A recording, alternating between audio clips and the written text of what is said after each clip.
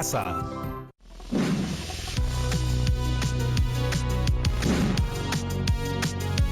¿Aló? Muy buenas tardes, joven. Le llamo de parte de la empresa ZagZag. Estamos tratando de recolectar información sobre... ¿Lo puedo volver a llamar más tarde? ¿No? Ya, que tenga un buen día.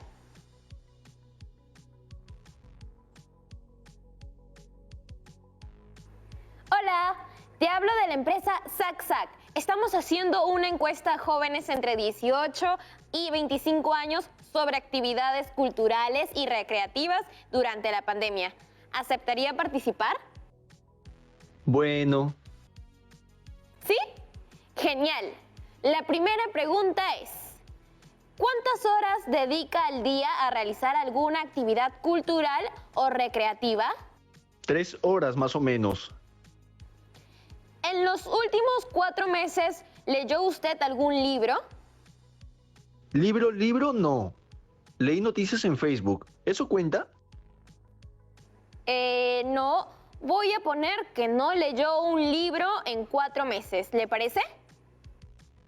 Bueno, es la verdad. Pon eso nomás. No se preocupe, no hay problema. La siguiente pregunta.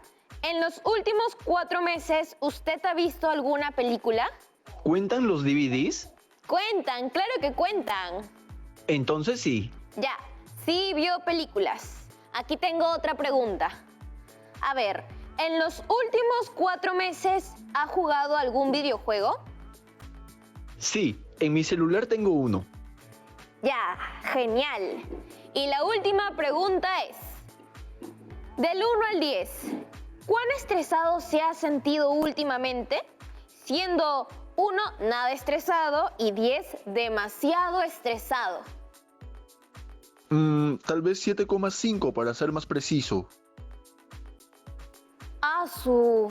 Sí, me gusta ser lo más preciso posible. Claro, se lo agradezco mucho. Estas han sido todas las preguntas. Muchas gracias por la información. Publicaremos los resultados en nuestra web www.zagzag.com. Que tenga un buen día. De nada. No está tan mal esto de realizar encuestas. Y si se logra hacer encuestas a un grupo representativo, se podría tener mucha información sobre los hábitos recreativos y culturales de peruanas y peruanos durante estos últimos meses. Hoy, en Aprendo en Casa, para cuarto de secundaria, continuaremos explorando nuestra competencia de gestión de datos e incertidumbre, el cual podemos analizar una muestra de un estudio e identificar sus principales características. Recuerden que la información es de gran utilidad y nos ayuda a tomar decisiones. Hoy aprenderemos que no solo la media aritmética es un factor determinante para tomar dichas decisiones, sino que hay otras medidas. Hoy aprenderemos sobre las medidas de dispersión. Pero antes de ver qué cosa es, hagamos un breve repaso de lo que hemos aprendido hasta ahora. En programas anteriores nos planteamos analizar una población a partir de una muestra. La población que estudiamos fue la de los danzantes en la fiesta de la Virgen de la Candelaria en Puno, en la cual participan anualmente cerca de 100.000 danzantes. Nos preguntamos especialmente por la edad que tienen, el origen de cada una y uno y el lugar de residencia actual. Luego de aplicar una encuesta escogiendo una determinada muestra, aprendimos a calcular las medidas de tendencia central con respecto a las edades de los danzantes de la fiesta de la Virgen de la Candelaria. A las medidas de tendencia central me refiero. Primero la media, también llamada promedio aritmético, y que es la más utilizada, que se calcula como la suma de los datos, dividido entre el número de los datos. También la mediana, que es el valor que ocupa la posición central, ordenando todos los datos, de menor a mayor valor. Y finalmente, la moda, que simplemente es el valor que más se repite en un conjunto de datos.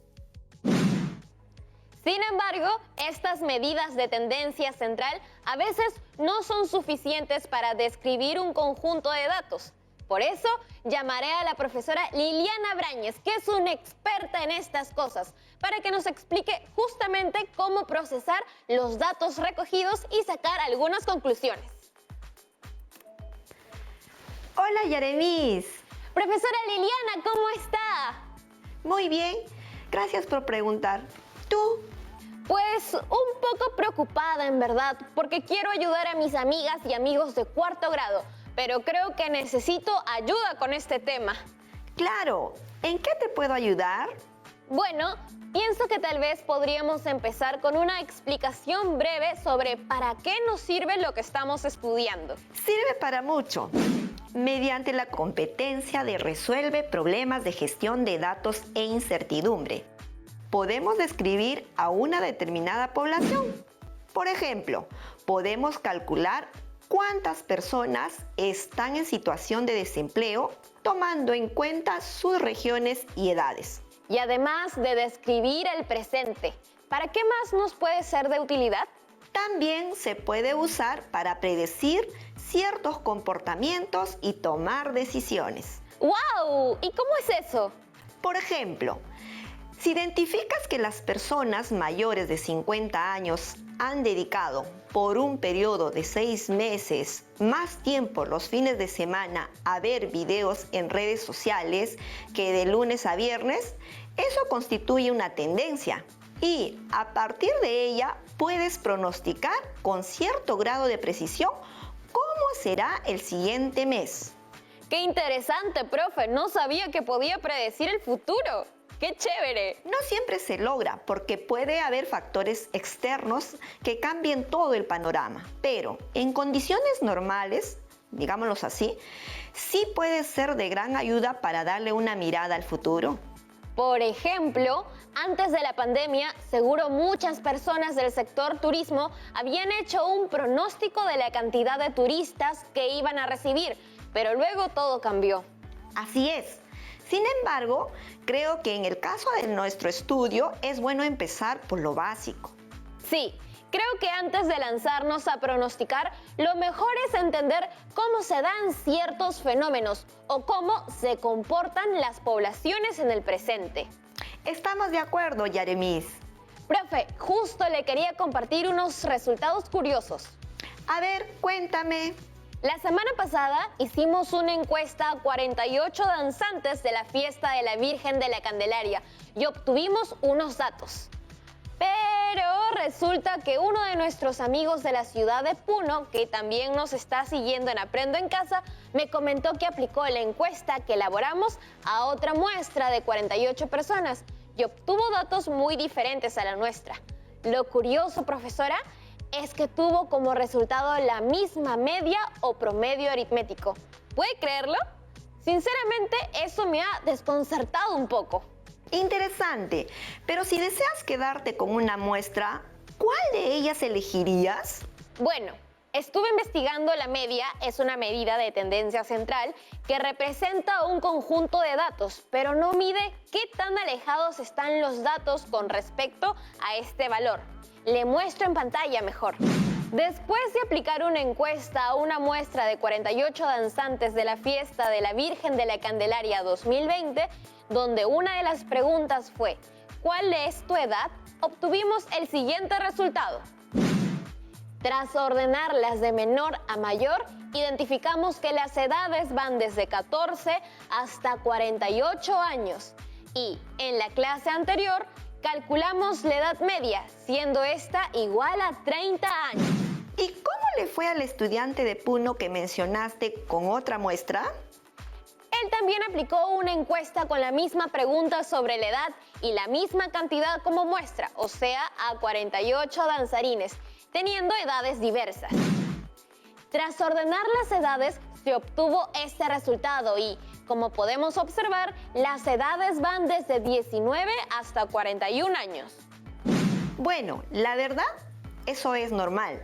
Si bien es cierto que la cantidad de datos en ambas muestras es la misma, Eso no quiere decir que las características de cada encuestado sean también iguales. Sí, claro, eso se puede entender, pero nuestro amigo de Puno también calculó la media de los datos recopilados y no adivinas cuánto fue la media de la otra muestra. ¿Cuánto fue? Al sumar todos los datos y dividirlo entre 48, se obtuvo 30,29. Es decir, también la edad media de la otra muestra fue de 30 años. Otra coincidencia. Lo que sucede es que las medidas de tendencia central son medidas estadísticas que pretenden resumir en un solo valor a un conjunto de valores. Por ejemplo, 30 años. Este valor de 30 representa un centro en torno al cual se encuentran ubicado el conjunto de los datos. Es por ello que la media de ambas muestras han coincidido. Lo que sí puede ser diferente es cuán alejados están los valores de este 30. A este alejamiento con respecto al 30 lo asociamos con la dispersión. Y me da curiosidad saber cómo encontraremos estos valores que nos ayudarán a saber qué tan alejados están con respecto a la media. Utilizando las conocidas medidas de dispersión. Uy, profe, no me asuste. Ojalá no sean más de esas fórmulas con símbolos desconocidos, raíces cuadradas, potencias y más operaciones. Es verdad que algunas fórmulas no son tan directas, pero hay que tomárselo con calma y pensar en lo positivo. Ah, bueno, eso sí. Vamos a ver que la media o promedio aritmético es el valor que representa al conjunto de valores, mientras que las medidas de dispersión miden qué tan alejados están con respecto a la media o promedio aritmético. No olvides que las medidas de dispersión nos ayudarán a conocer qué tan alejados están con respecto a la media. ¿Puede explicar con algún ejemplo, profe? Claro, se me ocurre que te puedo contar una historia con respecto a las medidas. Buena idea, con historias todo se hace más fácil. Hace unos años yo trabajé en una institución educativa con niveles de inicial, primaria y secundaria. Sus estudiantes del cuarto grado de secundaria propusieron una investigación sobre el peso de los estudiantes de la sección A y B del nivel inicial, en el cual se encontraban niños de 5 y algunos de 6 años para luego comparar los resultados de ambas secciones. Ya, ¿y cómo hicieron con la muestra? Bueno, en cada sección se tenía a 15 estudiantes. Así que decidieron sacar una muestra de 5 estudiantes por sección y obtuvimos estos resultados que ves en la pantalla. Voy a sacar la media más rápido que la velocidad de un rayo si sumo los datos y divido entre 5. Profesora Liliana, la media de los pesos de ambas secciones es la misma e igual a 20 kilogramos. Ojo que la media o promedio aritmético es una medida de tendencia central y solamente representa a un conjunto de datos. Sin embargo, no nos dice qué tan dispersos o alejados se encuentran todos los datos con respecto a esta media. Está para seguir analizándolo, profesora. Mejor vamos a la pausa y al regreso nos muestra esa explicación en la pantalla. Ya regresamos. No se vayan.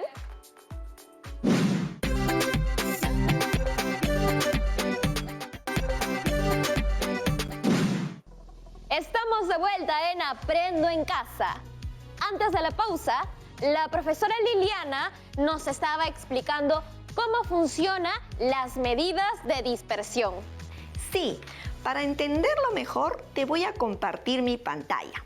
Vamos a dibujar la recta numérica y vamos a colocar una marca característica para cada valor de la sección A, que será un círculo azul. Y otra marca para cada valor de la sección B, que será un cuadrado rojo. Empezamos con la sección A. Teniendo nuestra recta numérica, colocamos un círculo azul en los valores 15, 16, 19, 24 y 26.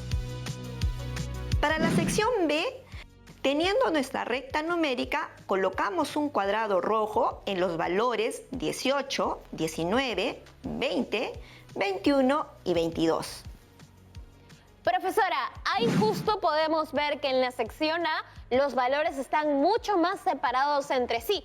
Podemos ver los círculos azules, pero en la sección B los valores se encuentran juntos. Podemos ver los cuadrados rojos. Supongo que eso quiere decir que la separación o dispersión de la sección A con respecto a la media es mucho mayor que los valores de la sección B con respecto a la media. Sí, y la forma de demostrar numéricamente la dispersión o alejamiento de los valores con respecto a la media es a través de las medidas de dispersión. ¿Y cuáles son esas medidas? La primera medida de dispersión y la más sencilla es el rango.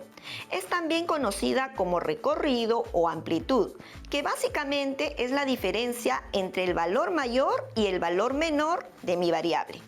A ver, quisiera resolver un ejercicio yo solita. Considerando el caso previo de sus estudiantes, calcularé el rango. Para la sección A del nivel inicial, el rango sería igual a la diferencia entre el valor máximo menos el valor mínimo. O sea, en mi ejemplo es 26 kilogramos menos 15 kilogramos. Y eso resulta en 11 kilogramos. Y para la sección B, a ver, resta por aquí, el rango ahí es de 4 kilogramos. Evidentemente, al ser 11 kilogramos el rango en la sección A y 4 kilogramos en de la sección B, la dispersión es mucho mayor en el primer caso. Y además del rango, ¿hay alguna otra medida de dispersión? El rango nos permite obtener una idea de la dispersión de los valores de una variable, pero para tener una mayor idea de esta dispersión hay que calcular la varianza, que se simboliza con una V mayúscula y es la medida de dispersión que representa qué tanto ha variado respecto a su media o promedio aritmético. Para hallar la varianza tenemos dos fórmulas. Para datos no agrupados, es decir, sueltos, que no son intervalos como es en el caso que te presento, y para datos agrupados o clasificados en intervalos. En función de las fórmulas que ha compartido, creo que puedo hallar la varianza. Vamos con el ejemplo de más temprano, profesora. Como son datos no agrupados para calcular la varianza de los pesos para la sección A, utilizamos la primera fórmula, donde la varianza es igual a la suma de los cuadrados de las diferencias entre media, que es 20 kilogramos, y cada dato. Todo esto dividido entre la cantidad de valores, que es 5.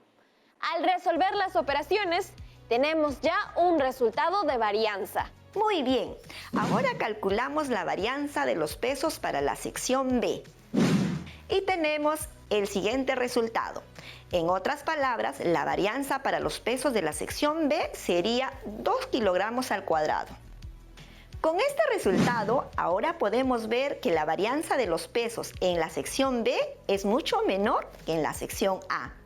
Y este resultado es clave, porque como dije hace un momento, la varianza representa cómo varía una serie de datos respecto a su media. Pero la varianza tiene un pequeño detalle. ¿Cuál sería ese detalle? Lo que sucede es que la varianza es expresada en unidades al cuadrado. En el caso que te presenté, se trabaja en kilogramos al cuadrado. Entonces, para no trabajar con unidades al cuadrado, tenemos otra medida de dispersión que es muy conocida. Les hablo de la desviación estándar. Pucha, profe, y ahora imagino que hay otra fórmula grande para calcular la desviación estándar. Yaremis, es una fórmula muy sencilla. A ver, profe, sorpréndame. La desviación estándar se simboliza con la letra S mayúscula y es igual a la raíz cuadrada de la varianza. Ah, entonces, si nos piden hallar la desviación estándar, tengo que calcular primero la varianza.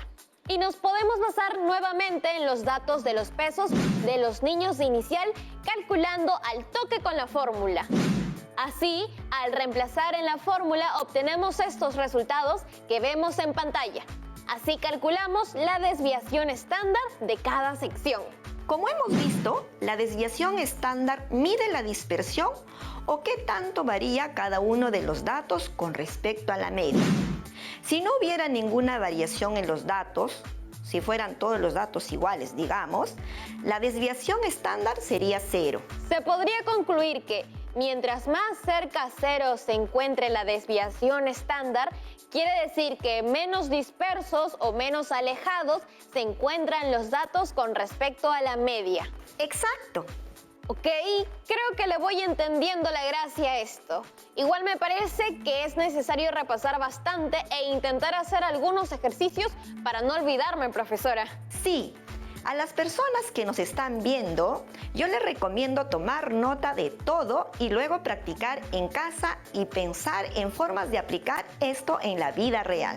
Claro, de esa manera toma todo más sentido. Ahora, profe, mencionabas que había varias medidas de dispersión. Hemos hasta ahora revisado el rango, la varianza y la desviación estándar. ¿Hay alguna otra medida a tomar en cuenta? Una que no hemos mencionado aún es el coeficiente de variación. Este concepto nos indicará en forma de porcentaje qué tan separados se encuentran los datos en relación con su media o promedio aritmético. ¿Y cómo se calcula ese coeficiente? Se simboliza con las letras CV mayúscula y también es muy sencillo de calcular. Te enseño ahora. Gracias, profe, pero ya es la última fórmula, ¿no? Igual ya mi cerebro se está acostumbrando a las nuevas fórmulas y eso me gusta porque siento que estoy aprendiendo más. Tranquila, Yaremis. Es la última y te prometo que te va a ser muy útil. Ahí va. Solo dividimos la desviación estándar, representada con una S, entre la media aritmética, que es esa X con una barrita arriba, y finalmente multiplicamos por 100%. Y digamos que ya resolví la operación. ¿Cómo se interpretarían los resultados? ¿Para qué realmente serviría este coeficiente estándar? Bueno, un coeficiente de variación cercano a 0% indica que los datos están muy juntos respecto a la media, mientras que un coeficiente de variación cercano a 100% indica que los datos están muy dispersos o alejados de la media o promedio. En esta tabla que te voy a mostrar se observa mejor. Seguimos trabajando con los datos de los niños de inicial y sus pesos. Aplicamos las fórmulas y obtenemos estos coeficientes. En base a este cuadro, podemos concluir que los datos de la sección A son heterogéneos, mientras que los datos de la sección B son muy homogéneos. Profe, gracias por sus explicaciones. Esta competencia que tiene que ver con resolución de problemas de gestión de datos e incertidumbre es realmente muy interesante y nos permite comprender mejor la realidad.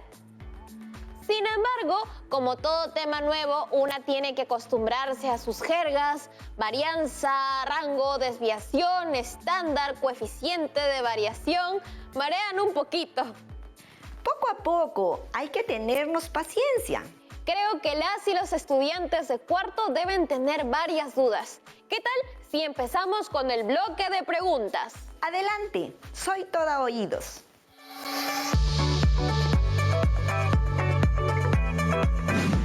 Hola amigos y amigas de Aprende en Casa y a todas las personas que nos ven. Mi nombre es María de Los Ángeles y soy de la institución educativa 83006 Andrés Avelino Cáceres de la región Cajamarca. Vi en internet que existe la estadística descriptiva. ¿Podría explicar más en qué consiste eso? Gracias por la pregunta.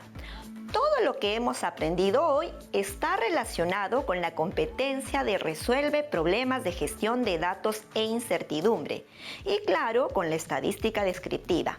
Como hemos visto, este tipo de estadística lo que busca es describir las características de la población a partir de una muestra representativa de esta. ¡Excelente! Bueno, hoy hay varias preguntas. Parece que el tema está levantando mucho interés. ¿Cómo están todos? Mi nombre es Juan Diego, de la región de Lima, y quiero aprovechar para mandar un saludo a toda mi promo de la institución educativa 2354 Manuel Emílez Cosa Torres. Mi pregunta es si nos podría recomendar algún tipo de estudio estadístico reciente en el cual podamos ver un poco sobre la gestión de datos. ¡Qué buena idea!